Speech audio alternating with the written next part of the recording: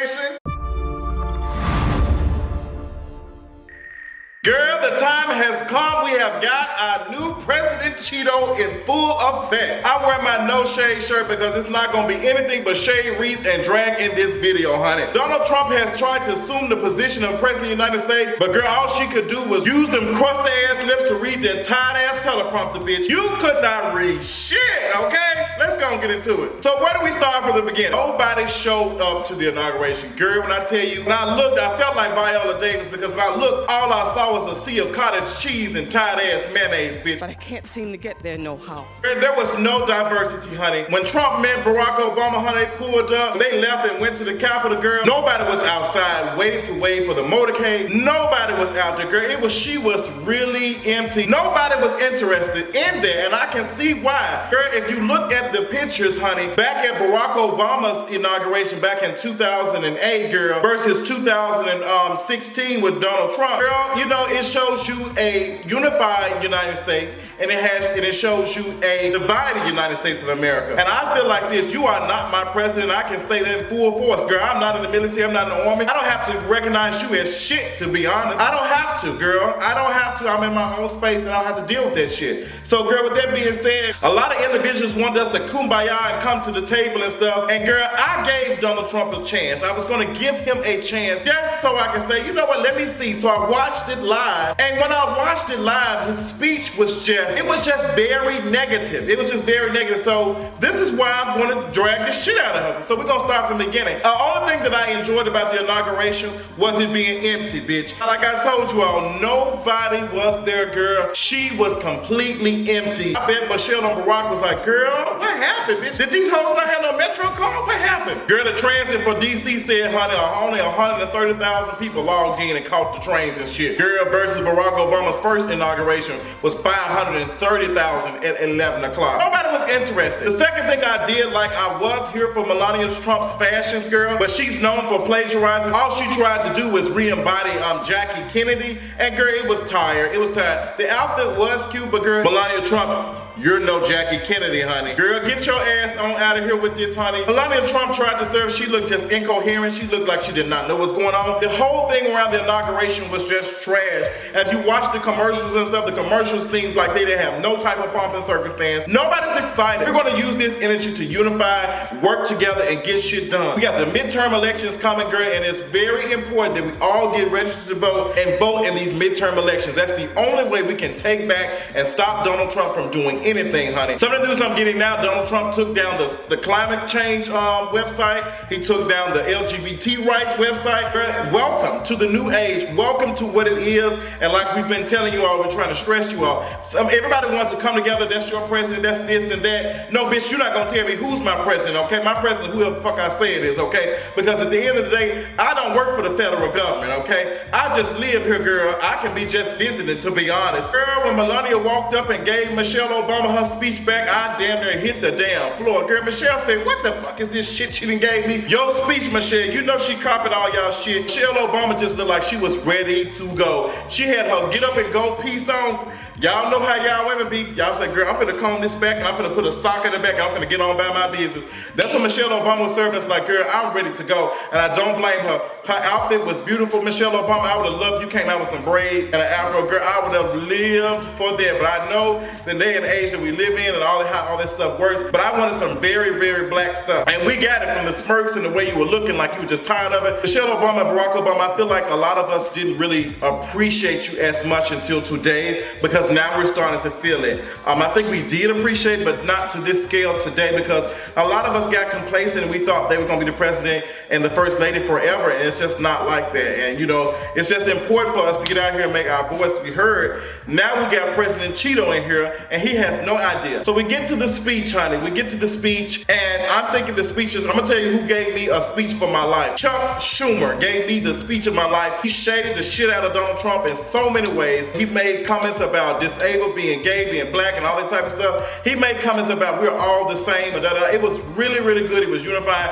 I felt it. When they was praying, Donald Trump didn't even know to close his eyes. Girl, she didn't even know because she got that orange clay on her damn face. She didn't know what the hell was going on. She was confused, did not know what to do. Like, close your eyes, pray. Melania Trump wasn't sure what to do. Aaron sitting in the back, he lost his elbow, girl. George Bush walks in, girl, he's sitting down. George Bush Sr. said he was not coming. Him and his wife caught the flu real quick, girl. They said, Girl, George Bush Sr. said, girl, I'd rather be 6 feet under than to show up and do anything with your ass. That's not what he said, but I guarantee you, he's like, girl, I'm not going to this shit. I'm 90 years old. I don't have to deal with that bullshit, and I don't blame you, Bush Sr. I don't blame you one bit. A lot of people are asking why Hillary Clinton was there. She has to. Her husband was a president, so she has to show she was the first lady. She has to come. She has to support. She got to play the game.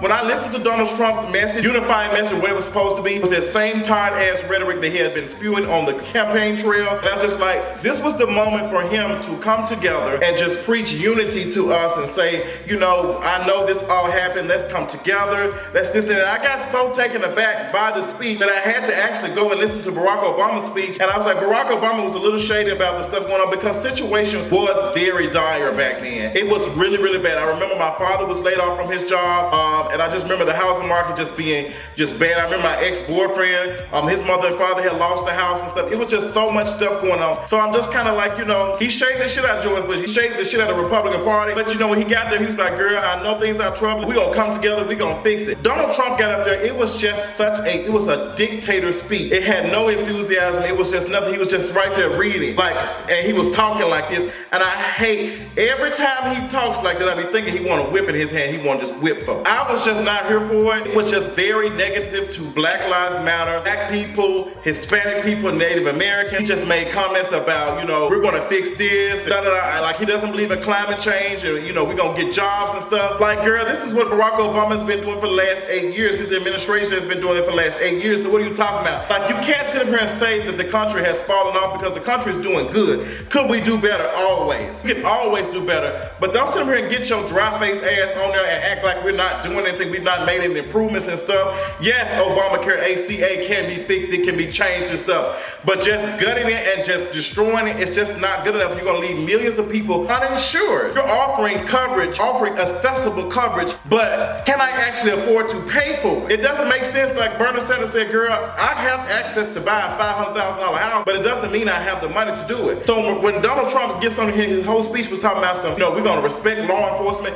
It was just very negative as a person of color for me to hear, and it did absolutely nothing. So y'all bitch ass president had his chance to try to woo me in, and yes, I did watch the inauguration. I had no choice. I had to report on it. I have to hear what this man is saying because deep down he's still writing laws that affect my people and people that I love. So I need to listen. I can't sit here and get in front of the camera and tell y'all what I thought about it and I've not seen it, girl. I don't know what type of reporting you all are used to, but I have to digest everything that he said and spew it out to you all and tell you what my thoughts were about it. And girl, I just thought it was just trash. He looked very foolish. The speech looked like it was written on the 5th grade level. There's nothing smart about Donald Trump. I don't think he's smart at all. I think he's a con artist. Personally, I really don't think any white person with money is smart anyway. The whole system is built to benefit you all anyway, so you really don't have to be that intelligent. Black people have always been told that we have to be twice as good, 3 times as good, just to get half of the shit that you all already are accustomed to. Point in case, Barack Obama couldn't do half the stuff that Donald Trump did. He couldn't do half the stuff while he was getting elected.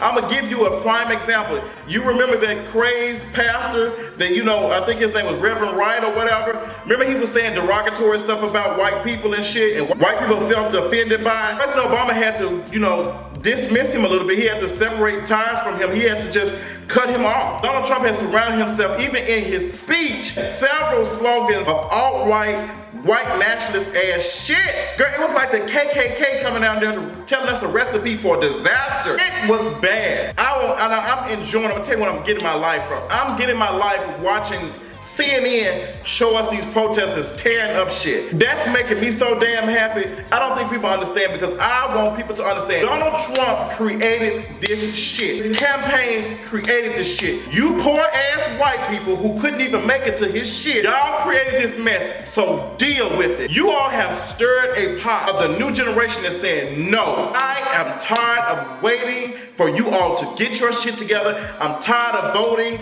and doing this and nothing's happened. I'm going to take this shit back myself. And case in point, you can't drag them too much and say something. You can't speak on them too much. You can't speak bad on them too much, because that's the same thing happened when it came to the Boston Tea Party. Do you all remember that? You white folks were sitting here throwing, lifting and shit off the damn boat. So girl, let these folks tear the shit up so you can understand that we are a divided country right now. We've always been divided, but it's even more divided right now. I would tell you this as well. President Obama was not supposed to make this country great again. President Obama was not supposed to unify black and white people. That was not his job to do that. So you cannot sit here and put this as the past 43 presidents were unsuccessful doing this shit and expect the first black man to be able to do that shit in 8 years when you had a Republican ran Congress that were not checking for him, and their number one objective was to make him a one-term president. So I'm gonna tell you this, I for sure am going to do everything I can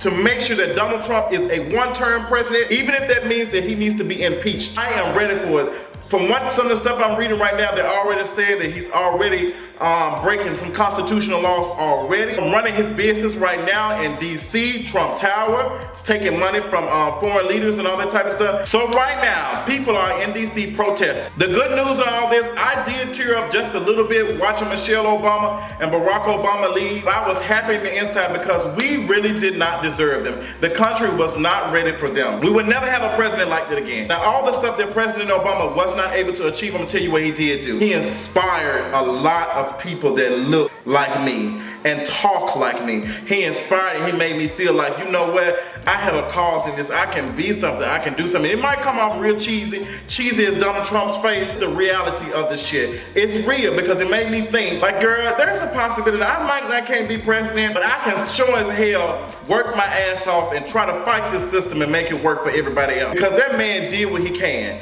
He did what he can. Yes, we can, and yes, we did. It was beautiful. I enjoyed it. It inspired me just seeing a woman of color look like her and just up there and just being so real and honest with us and sharing her family with us. It was beautiful. It was amazing. We got a chance to see Sasha Malia grow up. Everything was about it was beautiful. That's the only thing I'm gonna take away from this whole day. President Obama and First Lady Michelle Obama will always be in my heart, and will be a lot of millions of people's heart.